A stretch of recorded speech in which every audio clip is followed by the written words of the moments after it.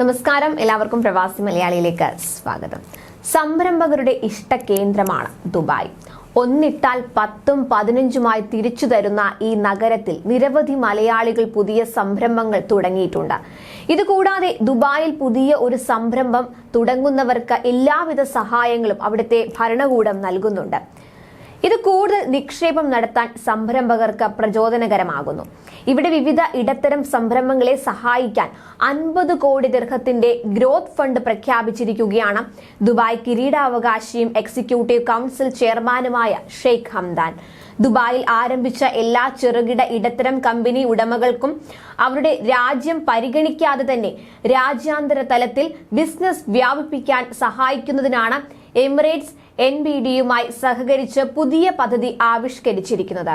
സാമ്പത്തിക സഹായത്തിന്റെ കൂടുതൽ വിശദാംശങ്ങൾ ഫെബ്രുവരിയിൽ പ്രഖ്യാപിക്കും.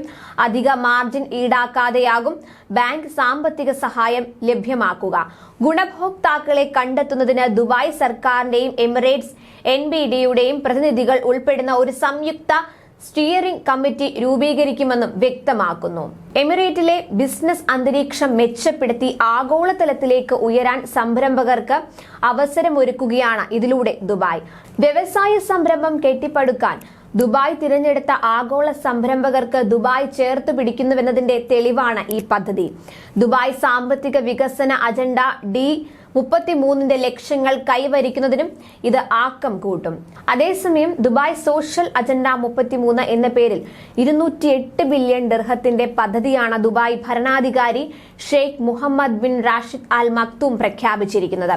ദുബായ് ഭരണാധികാരിയായി 18 വർഷം പൂർത്തീകരിച്ച അവസരത്തിലാണ് പദ്ധതിയെക്കുറിച്ചുള്ള പ്രഖ്യാപനം നടന്നത്. എമിറേറ്റിലെ ജനങ്ങളുടെ സാമൂഹിക ക്ഷേമം, ജീവിത സാഹചര്യങ്ങൾ മെച്ചപ്പെടുത്തൽ എന്നിവ ലക്ഷ്യമിട്ടുള്ളതാണ് പുതിയ പദ്ധതി. ഇത് നടപ്പാക്കുന്നതിന് മേൽനോട്ടം വഹിക്കാൻ ഹംദാൻ ബിൻ മുഹമ്മദിനോടും മക്തൂം ബിൻ മുഹമ്മദിനോടും നിർദ്ദേശം നൽകിയിട്ടുണ്ടെന്നും അദ്ദേഹം കൂട്ടിച്ചേർത്തു.